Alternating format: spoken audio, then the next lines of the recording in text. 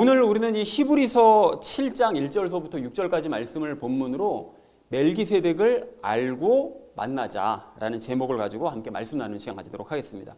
자, 우리가 지난 시간에 6장 말씀을 이제 모두 마치면서 믿음으로 새 예루살렘에 들어가야 된다라는 말씀을 나눴었죠. 그래서 관련된 세 가지 말씀을 지난주에도 나눴는데 첫 번째 나눴던 말씀이 무엇이었을까요? 그렇습니다. 그래서 지난주에 그 새 예루살렘에 대한 얘기를 우리 나누면서 새 예루살렘이 일단 어떤 곳이냐, 우리가 현재 살고 있는 이 땅의 모든 괴로움은 전혀 찾아볼 수 없는 정반대되는 그런 완벽한 나라가 새 예루살렘이다. 그러면 새 예루살렘은 어떻게 하면 들어갈 수 있느냐? 어떻게 하면 들어갈 수 있다고 그랬죠? 오직 믿어야 들어갈 수 있다고 그랬습니다. 근데 우리가 이제 상식적으로 생각할 때 아니 그 좋은 나라를 어떻게 믿기만 한다고 그래서 당연히 들어갈 수가 있냐, 이게 말이 되냐라고 생각할 수 있지만 사실은 그것이 하나님께서 정하신 원칙이기 때문에, 태초부터 정해놓으신 원칙이기 때문에 믿는 사람은 들어갈 수 있게 된다. 하나님께서는 그만큼 믿는 것을 너무나 중요하게 생각하신다라는 그 첫 번째 이유를 나눴고요. 그 두 번째 이유를 뭐라고 얘기를 했었는가 하면, 믿으면 우리가 예수님과 어떻게 되죠? 예수님과 연합하죠. 예수님과 연합하면 예수님께서 계시는 곳 그 어느 곳이든지 우리는 함께 갈 수밖에 없기 때문에 예수님께서 새 예루살렘에 가시면 우리도 당연히 예수님과 함께 연합했기 때문에 새 예루살렘으로 갈 수밖에 없다라는 얘기를 우리 첫 번째로 함께 나눴습니다. 자, 그런가 하면 우리 두 번째로 나눴던 말씀이 무엇이었을까요?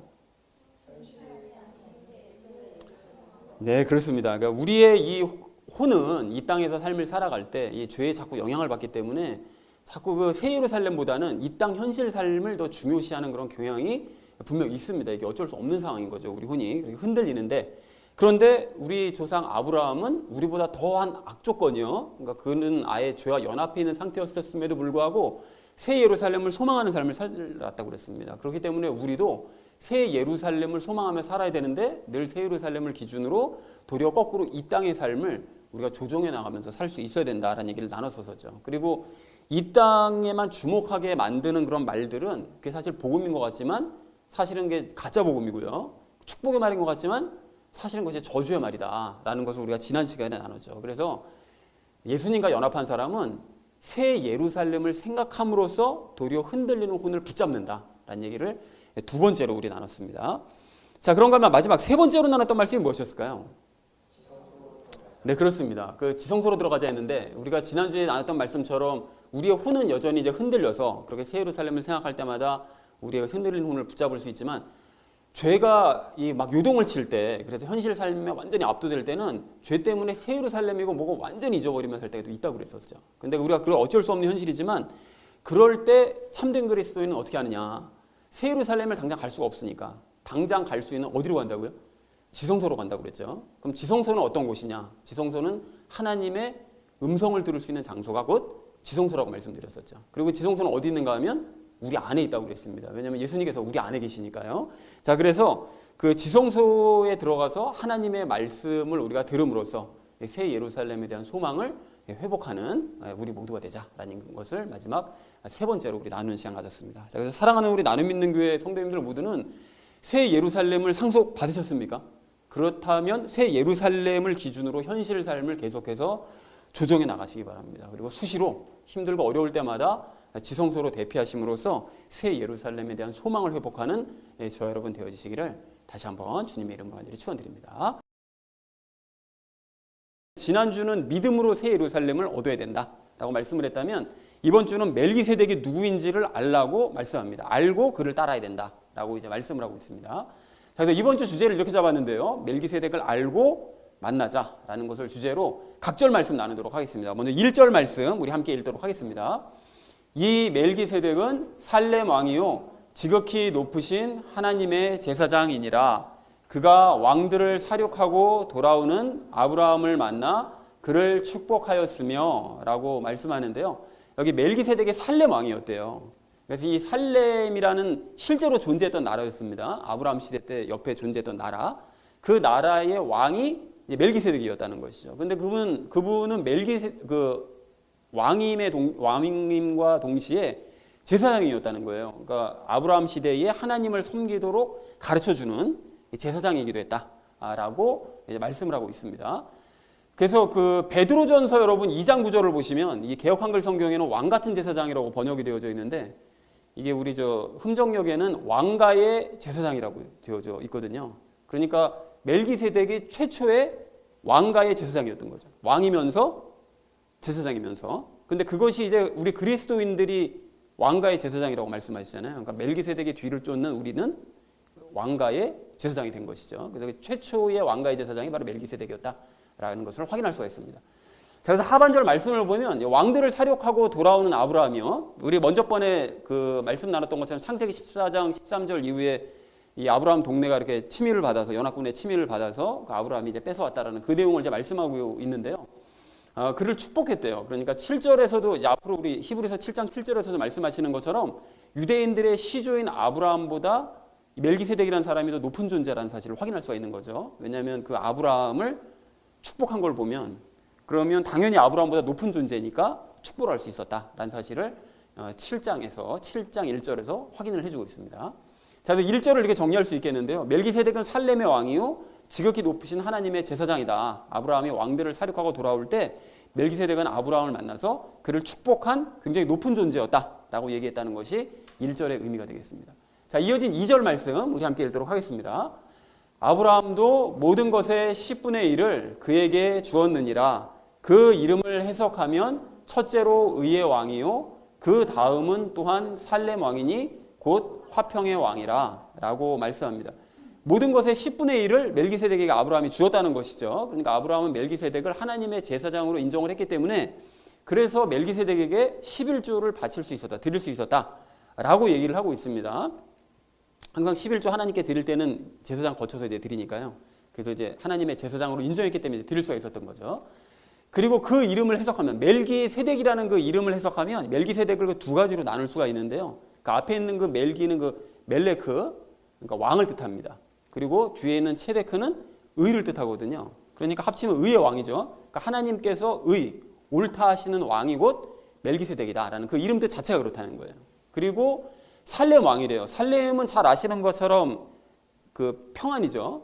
예수님께서 그 샬롬 얘기하시기도 솔로몬도 이 샬롬에서 이름 따온 것이고요.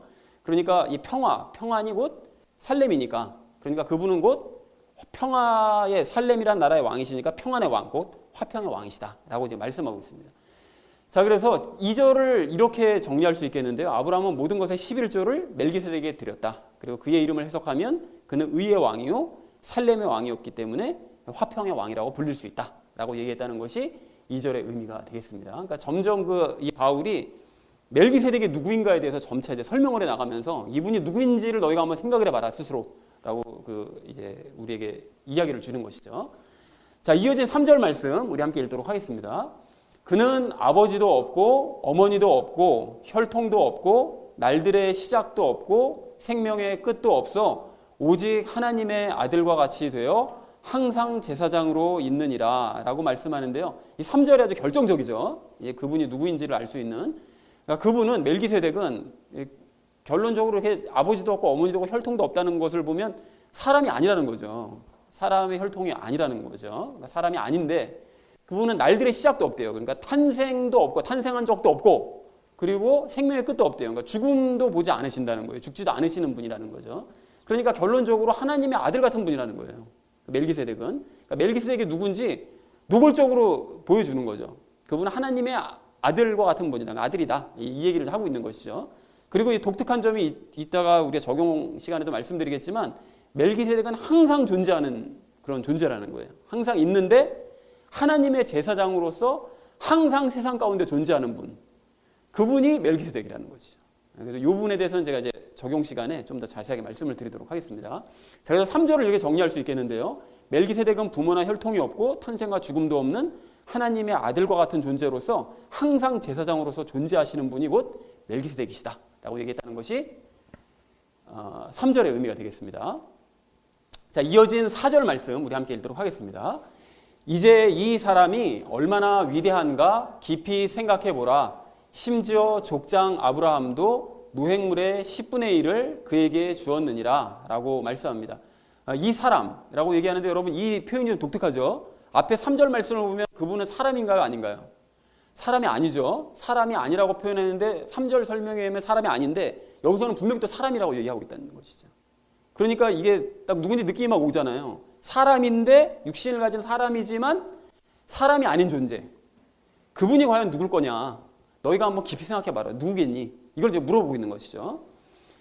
자, 그리고 아브라함도 노획물의 10분의 1을 그에게 주었다는 것이죠. 그러니까 2절에서도 설명을 했던 것처럼 이제 아브라함은 멜기세덱을 하나님의 제사장으로 인정을 했기 때문에 그 멜기세덱에게 11조를 드릴 수 있었던 것이다. 그분이 지극히 높은 분이었기 때문에 아브라함이 드릴 수 있었던 것이다. 라고 이제 얘기를 하고 있습니다. 자, 그래서 4절의 의미를 이렇게 정리할 수 있겠는데요. 이제 멜기세덱이 얼마나 위대한 존재인지 생각해봐라. 우선 아브라함은 멜기세덱에게 11조를 드렸다. 이 부분에 대해서는 이제 마지막 절에 가서 이제 그 11조 얘기를 계속 하고 있는데 마지막 절에 가서 그 이유를 말씀을 드리도록 하겠습니다. 자, 이어진 5절 말씀 우리 함께 읽도록 하겠습니다. 진실로 레위의 아들들 중에서 제사장직의 직무를 받는 자들은 자기 형제들인 그 백성이 아브라함의 허리에서 나왔음에도 불구하고 율법에 따라 그들에게서 11조를 취하라는 명령을 받으나 라고 얘기하는데 이 5절 말씀은 그 율법이 이 세상에 오고 난 다음에 레위 제사장들이 어떤 그 일을 했나, 그리고 백성들이 그 레위 제사장에게 어떤 일을 했나, 이걸 설명하는 부분입니다. 마지막 6절을 이야기하기 위해서 설명한 부분.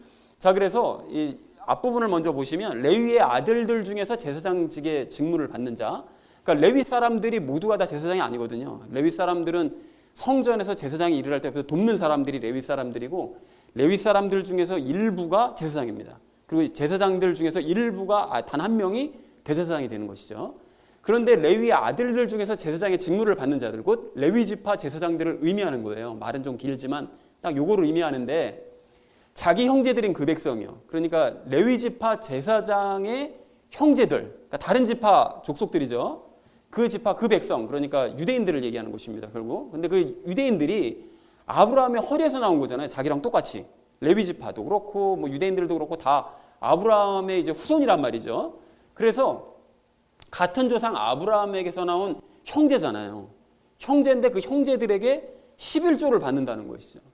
그들은, 제사장들은, 그러니까 율법에 따라서 그들에게서 11조를 취하라는 명령을 받았다는 거예요. 그래서 백성들에게 11조를 받을 권리를 가지고 있다는 것이죠. 자, 그런데 레위 지파 제사장들은 하나님께서 정하신 율법에 따라 유대인들에게 11조를 받는데 왜 받느냐? 생계 때문에 받는 거예요. 11조를 받을 수 있는 존재가 딱 둘이거든요. 첫 번째는 누구라고요? 율법에 따르면 제사장들이 받는 거죠. 그리고 원래는 누가 받습니까? 그 11조를 하나님이 받으시는 거죠. 하나님만 원래 11조를 받을 수 있는 건데, 제사장들은 하나님의 대리로 일을 하는 사람들이기 때문에 그들에게도 11조를 받을 수 있는 권리를 주되, 그들은 생계를 목적으로 받는 것이다 라는 것을 5절에서 설명하는 것입니다. 율법이 있을 때 그렇게 하나님의 명령에 따라 이렇게 되었다라고 이제 얘기를 하고 있습니다. 자, 그래서 5절 말씀을 이렇게 정리할 수 있겠는데요. 레위 지파 제사장들은 같은 조상 아브라함에게서 나온 유대인들이 동등한 형제들임에도 불구하고 율법에 따라 그들에게서 11조를 취하라는 명령을 받았다. 그러니까 11조를 받을 수 있는 권리를 가지게 되었다. 자, 그런데 이제 마지막 6절에서 이 얘기를 하기 위해서 그 얘기를 한 거죠. 자, 6절 말씀 우리 함께 읽도록 하겠습니다.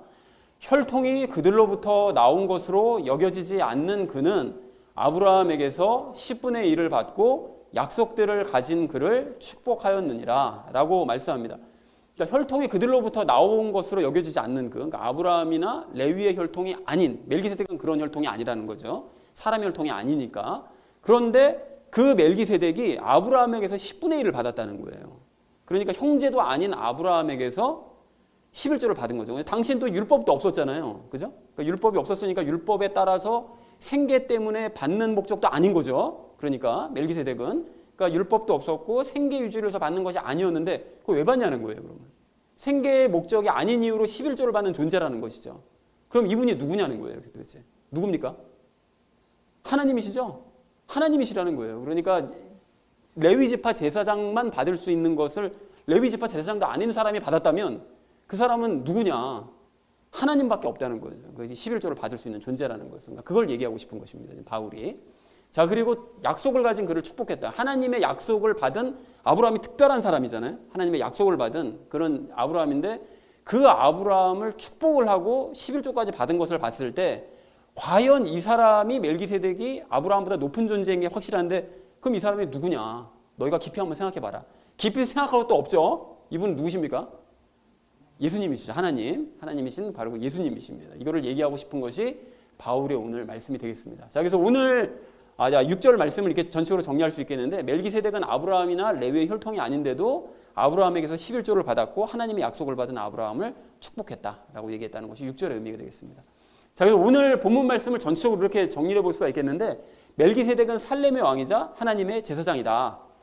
그는 아브라함을 축복했고 11조를 받았는데 그의 이름은 의의 왕이자 화평의 왕이다.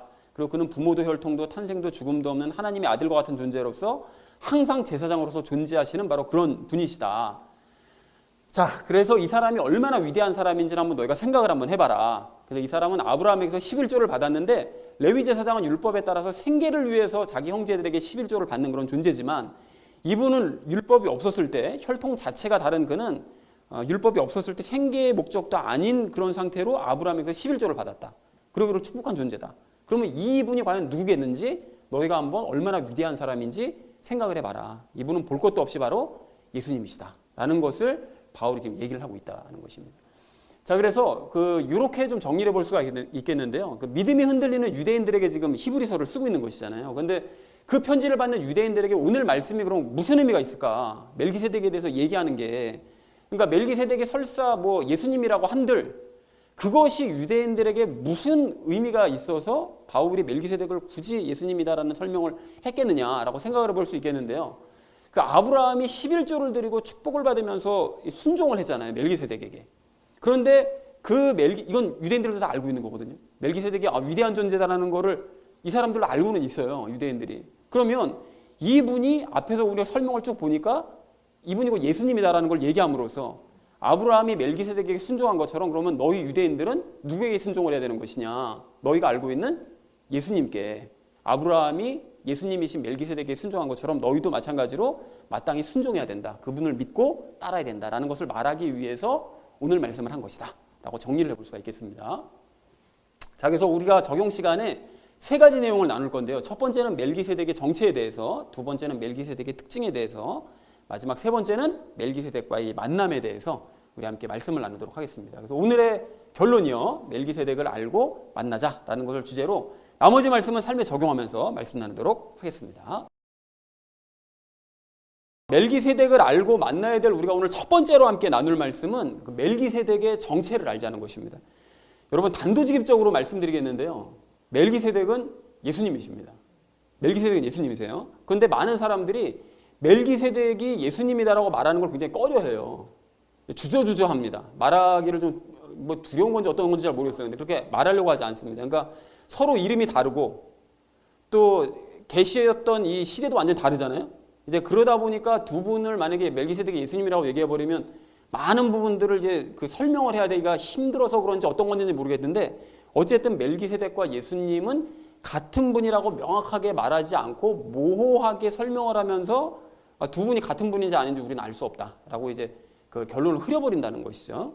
자, 그런데 여러분 바울이 히브리서에서 왜 굳이 그러면 멜기세덱 이야기를 하고 또 하고 이러는 것일까요? 5장에서도 얘기했었잖아요. 그러다가 또 7장 들어서 멜기세덱 얘기를 또 한단 말이죠. 왜 이렇습니까? 당연히 멜기세덱이 예수님과 관련이 있기 때문에 지금 멜기세덱 얘기를 계속 꺼내는 거죠. 예수님과 관련이 있기 때문에. 그러니까 예수님을 믿지 못하는 지금 유대인들에게 그 예수님을 믿게 하기 위해서 유대인들이 잘 알고 있는 그 멜기세덱이요. 창세기는 너무나 그들이 자기네 조상 아브라함이 순종했던 존재가 멜기세덱이 너무나 잘 아는 멜기세덱이니까 그 멜기세덱과 예수님을 연결시켜서 설명하기 위해서 자꾸 바울이 멜기세덱을 언급을 하고 있는 것입니다. 자, 그래서 여러분 그 유대인들이 예수님을 하나님의 아들이자 자신들의 구원자, 영의 구원자라고 믿지 못하는 그런 여러 가지 이유가 있는데 그 중에서 그 대표적인 게 무엇인가 하면 유대인들은 예수님을 그냥 사람이라고 생각했거든요. 그러니까 자기에게 올 메시아, 그리스도는 사람이다, 사람. 그러니까 하나님께서 보내신 대언자 중에 한 사람이라고 생각했어요. 그러니까 모세도 왜 얘기하잖아요. 나중에 하나님께서 나와 같은 대언자를 일으키실 것인데 라고 얘기하잖아요. 그러니까 대언자라고 모세도 얘기했기 때문에 그는 메시아는 그리스도는 사람이어야 한다 라고 생각을 한 거예요. 그런데 자꾸 예수님이 오셔가지고 자기는 사람이 아니라 하나님의 아들이라고 자꾸 얘기하니까 그러면 이분은 우리가 기다리는 메시아가 아니라 이렇게 생각할 수밖에 없었던 거죠. 그리고 또 유대인들이 또 한 가지 예수님을 구원자라고 생각하지 못했던 것은 구약 성경에서 하나님께서 내 아들을 보내겠다라고 말씀하신 적이 없다고 생각했기 때문에 하나님께서 그런 말씀을 언급하신 적이 구약성경에 없었다. 그런데 예수가 자꾸 와가지고 하나님의 아들이라고 자기는 보내심을 받았다고 왔다고 얘기하니까 이게 좀 말이 틀린 것 같다. 그리고 심지어 예수님이라는 그 존재 자체를 구약성경에 어디 예언을 한 적이 있냐. 이걸 우리는 믿지를 못하겠다. 이렇게 생각을 했기 때문에 예수님을 더더욱 믿지 못했다는 것입니다. 자, 그래서 바울이 그렇기 때문에 그런 유대인들을 위해서 이제까지 설명해왔던 것이 무엇이었는가, 히브리서에서 설명해왔던 것이 무엇이었는가 하면 1장에서 뭐라고 얘기하죠? 예수님은 사람이 아니라 천지를 창조하신 하나님이시다, 왕이시다, 이거를 얘기를 했었잖아요. 그리고 2장에서는 그분은 천사들보다도 높으신 영적인 존재시다, 이거에 대해서 막 강조하죠. 사람이 아니라는 거예요, 그분은. 그리고 3장에서는 나 같은 대언자를 보낼 것이라고 얘기했었던 그 모세를 이끌으시고 모세에게 말씀해 주셨던 분이 그분이 바로 예수님이시다. 이거를 3장에서 또 얘기하고 있다는 것이죠. 그리고 4장, 5장에서는 율법이 존재하기 전서부터 계셨던 제사장이 있었는데 그분이 바로 곧 예수님이시고 그분이 곧 대제사장이시다라는 것을 설명을 하더라는 거예요. 그러니까 그리고 또 1장서부터 6장 전체에 걸쳐서는 이제까지 설명했던 모든 그 설명에 쭉 설명을 할 때는 그분이 곧 하나님의 아들이시다라는 것을 계속해서 암시하더라는 것입니다. 그러니까 유대인들이 그분은 그리스도는 메시아는 사람이다, 사람일 뿐이다라고 생각하는 그 생각을 다 뒤집어 엎는 거예요. 그분은 사람이 아니라 하나님의 아들이 맞다, 영적인 존재시다라는 것을 하나하나 다 반박하면서 이 모든 사실을 너희가 믿어야 된다고 권면을 해왔다는 것이죠. 자, 그리고 결정적으로 그 유대인들이 그 예수님에 대한 언급이 구약 성경에 없었다라고 이제 생각을 하는데 사실은 기록이 있었다는 거예요. 그러니까 그 영의 눈을 뜨고 보면 성경을, 구약 성경을 보면 예수님에 대한 기록이 정말 많이 보이거든요. 예수님에 대해서 말씀하신 뭐 대표적인 게 뭐 이사야서 53장도 틀림없이 예수님에 대한 말씀이죠. 그 모든 것들이 예수님에 대한 말씀이 정말 많이 기록되어 있는데 결정적으로 구약 성경에 예수님에 대해 명백하게 기록된 바로 그 부분이 뭐냐면 멜기세덱이라는 거예요. 멜기세덱에 대한 기록 부분. 창세기 14장. 그리고 유대인들의 조상 아브라함은 그 멜기세덱을, 즉 예수님을 왕이요, 하나님의 아들이요, 또 하나님의 제사장이라고 그분이 믿었기 때문에, 우리 조상 아브라함이 그걸 믿었기 때문에 그래서 그에게 11조를 바칠 수 있었던 것이었고 그에게 축복까지 받았던 것이다 라고 오늘 본문 말씀에서 아주 명확하고 노골적으로 그걸 설명하는 것입니다. 그러니까 너희도, 그러니까 유대인 너희들도 유대인 조상 우리 아브라함이 믿었던 것처럼, 그분을 따랐던 것처럼 너희도 그분을 따라야 된다. 그 멜기세덱이라는 이름으로 오셨던 그 예수님을 너희도 따라야 된다라고 얘기하는 거죠. 자, 그러니까 이처럼 멜기세덱이 곧 예수님이시다라는 것을 분명하게 말을 해야 유대인들이 믿을 수 있기 때문에 바울이 히브리서에서 멜기세덱을 언급했던 거예요. 무슨 내용인지 아시겠죠? 무슨 얘기인지. 뭐 물론 멜기세덱을 언급한 게 다른 이유도 있긴 있는데요. 이건 나중에 우리가 이제 말씀을 나눌 거고요. 자, 그러니까 우리가 멜기세덱이 예수님일 수도 있고 아닐 수도 있다. 두 분은 같은 분이라고 보면은 안 되는 것이다. 이렇게 보면은 좀 곤란해진다.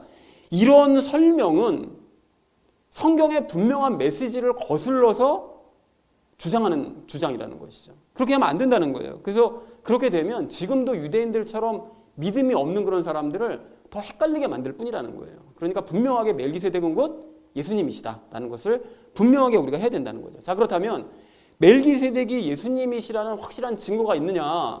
증거가 있기 때문에 우리 자신 있게 얘기하는 거냐? 있죠. 오늘 본문 말씀만 가지고서 여러분 다시 한번 우리가 확인해 볼 수가 있는데, 여러분 다시 한번 좀 오늘 본문 말씀을 전체적으로 보시면 1절 보시면 뭐라고 얘기합니까? 멜기세덱은 왕이요 하나님의 제사장이고 아브라함을 축복한 존재다라고 말을 하죠. 그리고 2장 상반절을 보면 아브라함이 멜기세덱에게 11조까지 바쳤다 이렇게 얘기를 합니다. 그러니까 이런 사실들을 봤을 때 일단 무엇을 알 수 있느냐?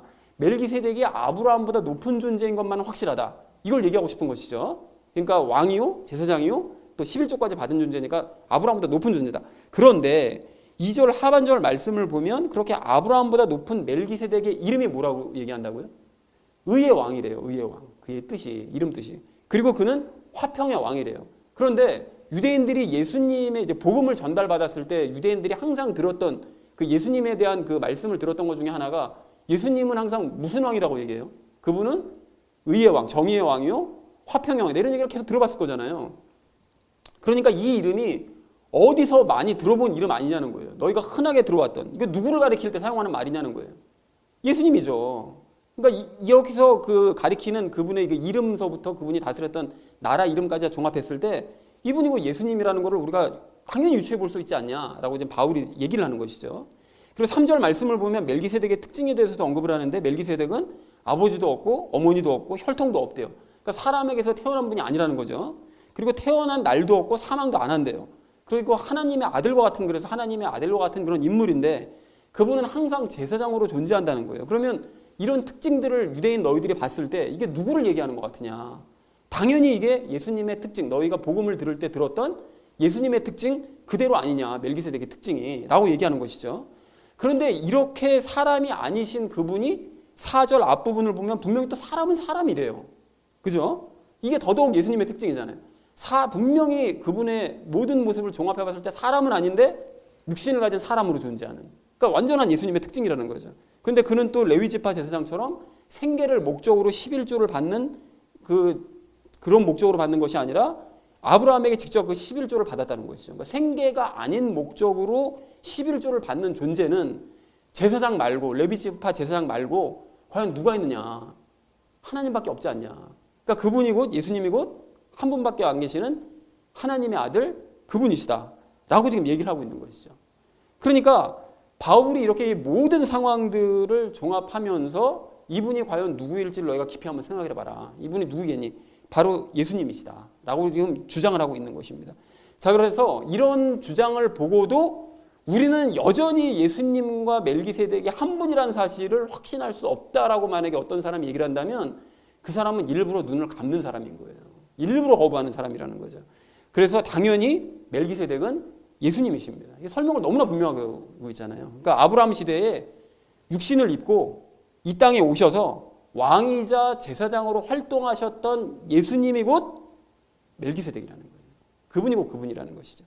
그리고 우리는 이 멜기세덱이 예수님을 인정할 수밖에 없는 또 다른 성경 구절도 우리가 알고 있는데, 요한복음 8장을 보면 이제 가늠한 여인을 예수님께서 용서해 주시잖아요. 이제 그것 때문에 바리새인들이 예수님 막 비방하고 막 싸우거든요.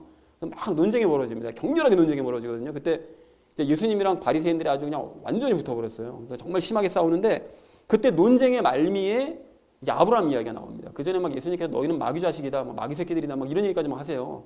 그러다 아브라함 얘기가 나오는데 그 부분을 제가 이제 중간중간을 인용해 드리겠습니다. 여러분 들어보십시오. 아브라함이 우리 아버지니라 하니 유대인들에게 얘기했다는 거죠. 그랬더니 예수님께서 그들에게 이르시되 너희가 아브라함의 자손이라면 아브라함의 행위를 하고자 할 것이로되 라고 얘기하는 거예요. 아브라함은 큰 민족을 허락받았잖아요, 약속으로. 그러면 너희가 그 큰 민족이 맞다면 아브라함의 행동을 따라야 되는데 너희가 그렇게 안 하고 있잖아. 이걸 지적하고 있는 것이죠. 그래서 하나님께 직접 들은 진리를 너희에게 말한 사람인 나를 이제 너희가 죽이려 하는도다. 아브라함은 이렇게 하지 아니하였느니라. 아브라함을 굉장히 봤던 사람인 것처럼 친밀하게 말씀하시잖아요. 그러니까 유대인들의 말입니다. 네가 이미 죽은 우리 아버지 아브라함보다 더 크냐? 또 대언자들도 죽었거늘 너는 내 자신을 누구로 만드느냐 하며 이렇게 예수께 따진 거죠. 그랬더니 너희 아버지 아브라함은 나의 날 보기를 기뻐하다가 그 날을 보고 즐거워하였느니라 이렇게 말씀하세요. 그러니까 아브라함은 환상 가운데 예수님께서 태어나신 시대를 봤다는 거예요. 그리고 그 이후에 나타날 그리스도인들도 봤다는 거예요. 새 예루살렘도 봤다는 거죠. 그러니까 이 모든 소망을 가지고 기뻐하고 즐거워했다는 거예요, 아브라함은. 자, 그래서 이에 유대인들이 황당하니까 그분께 이르되 네가 아직 50세도 안 됐는데 아브라함을 봤냐? 라고 얘기하는 거죠. 그랬더니 예수님께서 그들에게 이르시되 진실로 진실로 내가 너희에게 이르노니 아브라함이 있기 전에 내가 있느니라 이렇게 말씀하세요. 항상 있는 멜기세덱이라면서요. 항상 제사장으로 존재하는 멜기세덱이라면서요. 그러니까 내가 항상 있어 왔기 때문에 아브라함이 있기 전서부터 존재해 왔기 때문에 나는 아브라함을 당연히 받고 교제를 나누는 사람이다. 이걸 얘기하신 거예요. 그러니까 예수님께서 아브라함에 대해서 말씀하시는 그 느낌이 막 요한복음을 보시면 막 전달이 막 되시잖아요. 마치 어제 만난 친구처럼 얘기를 하신단 말씀이죠. 그러니까 뭘 할 수 있는가 하면 아브라함과 친밀히 교제를 나누고 가르쳤었던 그 멜기세덱이 바로 곧 예수님이셨기 때문에 이렇게 말씀하실 수 있는 것이다 라는 사실을 확인할 수 있다는 것입니다. 그래서 사랑하는 우리 나눔 있는 교회 성도님들 모두는 멜기세덱이 누구인지 분명하게 깨달으시기 바랍니다. 그러나 이러한 사실을 혼적인 어떤 지식이나 혼적인 어떤 호기심 이런 걸로 여러분 받아들이지 마시고 영의 눈과 마음을 열어서 이 사실을 깨달으시고 받아들이시기 바랍니다. 그렇게 하셔서 예수님이 어떤 분이신지를 더욱 분명하게 깨닫고 전율하는 저와 여러분 되어주시기를 주님의 이름으로 간절히 축원을 드립니다. 멜기세덱을 알고 만나야 될 우리가 오늘 두 번째로 함께 나눌 말씀은 멜기세덱의 특징을 알자는 것입니다. 여러분 그 바울이 오늘 1절서부터 6절 전체에 걸쳐서 이 멜기세덱이 어떤 분이다라는 거 이제 특징을 설명하고 있는데 다른 건 여러분 다 차치하고 우리가 이 시간에 3절 마지막 부분에 기록된 특징만 좀 주목하기 원하는데요. 3절 마지막에서 무슨 특징을 말씀하시죠? 멜기세덱은 항상 제사장으로 있는 분이래요. 항상 제사장으로. 그러니까 제사장으로 항상 존재하는 바로 그분이 멜기세덱인데 여러분 제사장이 하는 일이 뭐죠? 우리가 히브리서 앞부분에서 나눴던 것처럼 제사장은 어떤 일을 합니까? 백성들을 불쌍히 여겨서 하나님과 백성들 사이에서 그들을 위해 그 죄를 위해 희생물을 드리는 존재가 그 제사장이다. 그러니까 제사장이 그런 일을 하는 존재가 바로 제사장이다라고 말씀을 드렸었죠. 자, 그런데 제사장이 하는 일들 중에 또 다른 중요한 일이 무엇인가 하면 바로 백성들을 가르치는 일입니다. 그래서 예수님께서 왜 성전 들어가셔서 가르치셨을 때 제사장들이 와서 항의했던 게 왜 우리 일 뺏어가냐는 거예요. 우리가 백성들 가르치는데 넌 제사장도 아닌데 왜 백성들 가르치냐. 예수님이 제사장인 걸 몰랐기 때문에 그렇게 한 거죠.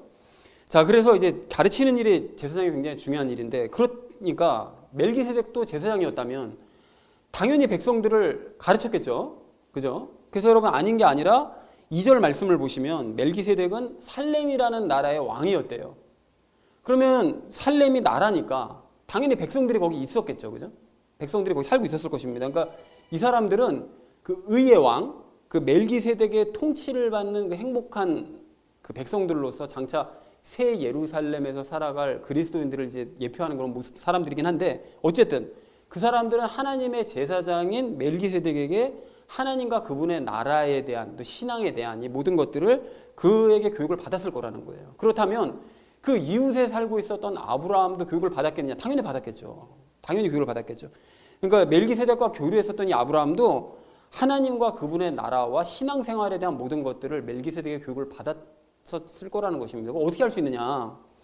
여러분 2절과 4절과 6절 말씀을 보시면 아브라함이 멜기세덱에게 무엇을 바쳤다고요? 11조를 바쳤다고 계속해서 강조를 하고 있어요. 이거 왜 강조를 했는가 하면 만약 아브라함이 11조가 뭔지를 몰라요. 모를 수밖에 없죠, 사실은. 원래 저쪽 그 바빌론 지역에서 우상 섬기다 온 사람이고 하나님이 누군지도 모르는 사람이었었잖아요. 그러니까 11조 같은 걸 드려야 되는 개념 자체가 없는 사람이었는데 11조가 뭔지, 그걸 누구에게 왜 드려야 되는지 이 개념 자체를 전혀 몰랐다면 멜기세덱이 11조를 드릴 리가, 멜기세덱에게 11조를 바칠 리가 있었겠습니까? 없었겠습니까? 당연히 바칠 리가 없었겠죠. 그게 뭔지도 모르는데 왜 바쳐요? 그 남에게.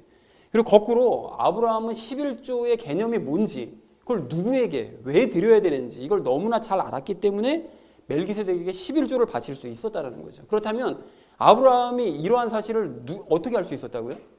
당연히 제사장인 가르치는 멜기세덱에게 가르침을 받았기 때문에 이러한 사실을 알았을 거라는 걸 우리가 알 수 있다는 것입니다.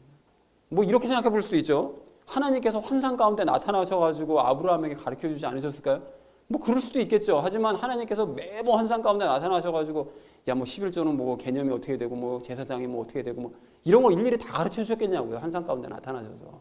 그런 일은 있지 않죠. 성경 어디에도 그렇게 세세하게 하나님께서 다 말씀해 주셨다는 환상 가운데 말씀해 주셨다는 거는 없습니다. 대언자를 제외하고는.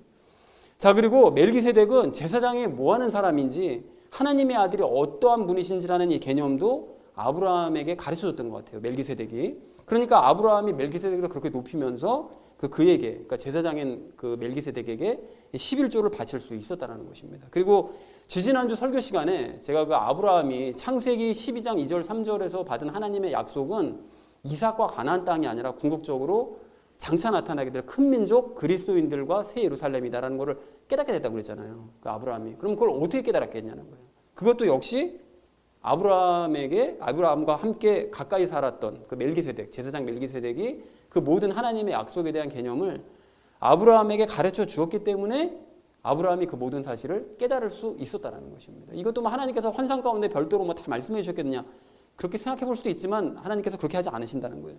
그리고 추가로 아브라함의 삶도 여러분 생각을 해보시면 아브라함이 우상 섬기면서 바빌론 지역에서 살았던 사람이잖아요. 근데 그 사람이 하나님의 부르심을 받고 한 번 딱 하나님 만나서 가나안 땅으로 왔을 때 가나안 땅이 그 바빌론 지역 사람들과는 완전히 땅도 다르고 문화도 다르고 사람들이 다 틀렸었단 말이죠.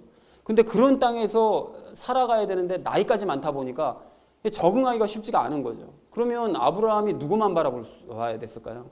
당연히 하나님만 바라봐야 됐을 거 아니겠어요? 그런데 하나님만 바라봐야 되는데 딱 한 번 만나본 하나님을 어떻게 의지하며 살겠냐고요. 여러분, 우리가 상식으로 생각하면 그렇지 않습니까? 하나님께 부르심 받아서 가나안 땅 왔는데 막막해요. 어떻게 살아야 될지, 어떻게 하나님의 백성으로 살을지 모르는데 한 번 만난 하나님을 어떻게 의지하며 살아요? 그러니까 여기서도 우리가 당연히 생각할 수 있는 것은 하나님에 대해서 설명을 해주는 멜기세덱이 가까이 있었기 때문에 하나님께서 멜기세덱을 아브라함 곁으로 보내셔서 하나님을 어떻게 의지하며 살아야 되는지를 설명을 해 주었기 때문에 아브라함이 그런 교육을 받고 하나님만 의지하는 삶을 살 수 있었을 것이다라는 것을 우리가 충분히 상상해 볼 수 있다는 것입니다. 그리고 아브라함이 여러분 하나님께서 아브라함에게 나타나신 것을 창세기에서 보면 한 4번, 5번밖에 안 돼요. 그 기록에 따르면. 그러면 그것만 의지해서 환상만 의지해가지고 25년 동안 그 이삭을 기다리면서 인내할 수 있었겠느냐. 그리고 또 75세에 부름받아서 그 후에 100년 동안 새 예루살렘을 소망하는 사람으로 어떻게 변화될 수 있었겠느냐. 그 하나님을 그렇게 가끔 뜨문뜨문 한 번씩 그냥 거의 4, 5년에 한 번씩 만나는 걸 하나님만 의지하면서 어떻게 그걸 의지하면서 그걸 인내하면서 기다릴 수 있었겠느냐. 거의 불가능한 것이라는 거죠. 여러분, 우리도 그렇잖아요. 놀라운 기적을 삶 가운데 체험하더라도 3일 지나버리면 잊어버리는 게 우리 아닙니까? 그런데 그게 어떻게 하나님에 대한 환상을 몇 년 만에 한 번씩 뚝뚝 그냥 만나고 난 다음에 하나님만 절대적으로 의지하는 그런 믿음의 활활 불타오르는 이런 사람이 될 수 있었겠느냐고요. 우리가 상상할 수 있는 것은 가까이 살았던 멜기세덱에게 하나님에 대한 신앙에 대한 교육을 지속적으로 받았기 때문에 아브라함을 인내하면서 이삭을 기다리고 새 예루살렘을 소망하는 사람으로 변화될 수 있었다는 것을 우리가 충분히 유추할 수 있다는 것이죠. 그래서 여러분, 이것이 공감이 되신다면 여기서 한 걸음 좀 더 나아가 보려고 하는데요. 멜기세덱이 아브라함 시대에 가나안 땅에서만 제사장으로 존재하고 그 이후로는 더 이상 존재하지 않았을까요? 아닙니다. 그 이후로도 계속 존재를 했어요. 여러분, 그걸 어떻게 알 수 있죠? 3절 마지막을 보면 뭐라고 말씀하시죠? 멜기세덱은 항상 제사장으로 있대요. 항상 제사장으로 있는 존재래요. 그러니까 멜기세덱은 어느 시대, 어느 지역에서든지 항상 제사장으로 존재하는 분이라는 거예요. 멜기세덱은. 그러니까 신비한 존재라는 거죠. 그런 의미에서 여러분, 5월 말 제가 설교 시간에 그 제사장이라는 그 제사장이 세상에 이 세상에 존재하기 전에도 제사장은 존재했었다라는 말씀을 드린 적이 있었는데 기억나시죠? 그리고 그 제사장이 누구였다고요? 그게 멜기세덱이었다고 그랬잖아요. 그러니까 율법이 이 세상에 존재하기 전에, 제사장이라는 게 존재하기 전에도 제사장이 있었는데 그게 바로 멜기세덱이었고, 그래서 예수님은 그 멜기세덱의 제사장, 그 계열을 따르는 제사장이라고 말씀을 드렸었잖아요. 그러니까 율법이 없는 아브라함 시대에, 율법이 없던 가나안 지역에 이 존재했었던 그 멜기세덱이 율법이 없는 다른 시대에, 율법이 닿을 수 없는 다른 지역에도 존재할 수는 없었던 것이냐? 당연히 있죠. 당연히 존재할 가능성이 있다는 것입니다. 왜냐하면 멜기세덱은 항상 제사장으로서 존재하시는 분이니까요. 항상 존재하시는 분이 아브라함만 위해서 딱 그 시대에 제사장으로 존재하고 나머지는 존재하지 않으셨었겠느냐고요. 아니라는 거죠. 성경에는 중요한 인물과 사건들만 기록을 하고 계시기 때문에 그렇게 하다 보니까 중요한 인물인 아브라함 때문에 멜기세덱을 창세기에만 기록을 하셨을 뿐, 항상 제사장으로 있는 그 멜기세덱은 성경에 기록되지 않는 각 시대, 각 지역에도 하나님을 알지 못하는 자들을 위해서 하나님을 가르치는 존재로서 항상 존재해 왔을 것이라는 것을 성경 말씀을 통해 유추해 볼 수 있다는 것입니다. 여러분, 그래서 증거를 들려드리려고 그러는데요. 이게 성경을 읽다 보면 가끔 어리둥절할 때가 있어요. 가령 아시리아 같은 경우에는 북이스라엘을 멸망시킨 나라잖아요. 그런데 그 아시리아 왕이 뭐라고 고백을 하는가 하면 내가 하나님 명령 듣고 와가지고 북이스라엘을 친다는 거예요. 아니, 그러면 하나님의 백성을 치는 그 대적이 아니 어떻게 하나님의 명령을 듣냐? 그 설명이 없어요. 그게 어떻게 말이 되지 그게? 이런 생각을 하면서 어리둥절하면서 보게 되는 거죠. 그리고 이집트 왕의 느고라는 사람이 아시리아와 전쟁을 하러 가겠다고 얘기하면서 요시야 왕에게 그 얘기를 하거든요. 내가 너희 땅을 지나가겠다고 하나님께 내가 명령 듣고 왔다. 그러니까 너는 나랑 싸울 생각하지 말고 그냥 비켜나라. 이런 얘기를 하거든요. 아니, 이집트 왕이 어떻게 하나님의 음성을 듣겠냐고요. 말씀을 어떻게 듣습니까? 그리고 페르시아 왕 고레스요. 요즘 그 이사야서 우리 나누고 있는 그 고레스 왕도 하나님의 명령에 따라 내가 유대인들을 귀환시키겠다. 그리고 너희는 가서 하나님의 성전을 지어라라고 막 얘기를 하거든요. 아니 그런 얘기를 도대체 어떻게 듣는 거예요 도대체. 그 이방 땅, 그 먼 이방 땅, 더더군다나 이게 다 이 유대와는 대적되는 그런 사람들이 하나님의 대언자가 그 자리에 있을 수가 없는 그 이방 땅에서 어떻게 이방인들이 하나님의 그 명령을 구체적으로 들을 수 있었느냐, 굉장히 의아할 때가 많다는 거죠. 그런데 오늘 말씀의 근거에 보면 추측할 수가 있죠. 항상 제사장으로 있는 멜기세덱이 각 시대 각 지역에서 하나님의 뜻을 가르쳐 주었을 것이라는 것을 우리가 충분히 추측할 수 있다는 것입니다. 사랑하는 우리 나눔 있는 교회 성도님들 모두는 하나님께서 이스라엘 백성들만 편애를 하시거나 또는 특정한 사람들에게만 기회를 주시는 것이 아니라 모든 인간들을 사랑하시고 그들을 위해 쉬지 않고 일을 하시기 때문에 항상 멜기세덱을 각 시대 각 지역마다 보내셨다는 사실을 믿으시는 저와 여러분 되어주시기를 주님의 이름으로 간절히 축원을 드립니다. 자, 멜기세덱을 알고 만나야 될 우리가 마지막 세 번째로 나눌 말씀은 멜기세덱을 만나자라는 것입니다. 여러분 이렇게 멜기세덱에 대해서 우리가 나눈 이후에 이런 질문을 할 수가 있어요. 아니 뭐 멜기세덱이 예수님이란 사실을 뭐 알겠고요. 그리고 또 뭐 멜기세덱이 뭐 시대마다 뭐 존재했었던 거 뭐 완전히 받아들이기 힘들지만 뭐 그럴 수도 있다고 뭐 치는데 그럼 그게 도대체 나랑 무슨 상관이야 내 삶이랑? 라고 질문하실 수 있다는 거예요. 제가 예전에도 말씀드렸지만 성경 말씀을 듣고 깨닫는 것은 내 삶과 상관이 없어도 듣고 깨달아야 되는 것입니다. 내 삶에 이익이 있을 때만 듣고 내 삶에 이익이 안 될 것 같으면 안 듣고 이런 게 성경 말씀이 아니에요. 다 듣고 깨달아야 되는 게 성경 말씀인데 그렇지만 그럼에도 불구하고 멜기세덱이 예수님이라는 것과 멜기세덱의 그 특징을 아는 것은 나의 삶과 분명한 상관관계가 있습니다. 여러분. 왜 그러냐?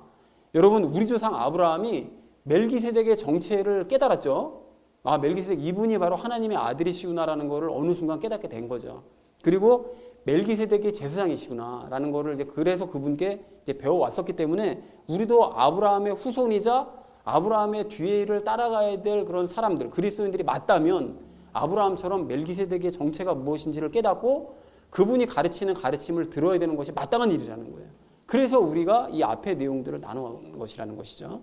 자, 그런데 여기서 알아야 될 점이 무엇인가 하면 예수님께서는 2000년 전에 그 사람을 통해서 이 땅에 태어나셔서 세상에 등장하시기 그 전에는 기원을 알 수 없는 신비한 존재인 멜기세덱이라는 이름을 가지고 제사장으로서 각 시대 각 지역마다 활동을 하셨지만 2000년 전에 사람의 몸을 통해서 이 땅에 태어나신 이후로는 성경이 아직 완성되기 전이었기 때문에 당신이 제사장으로서 백성들을 가르치셨던 거예요. 제자들을 가르치시고 백성들을 가르치시고요.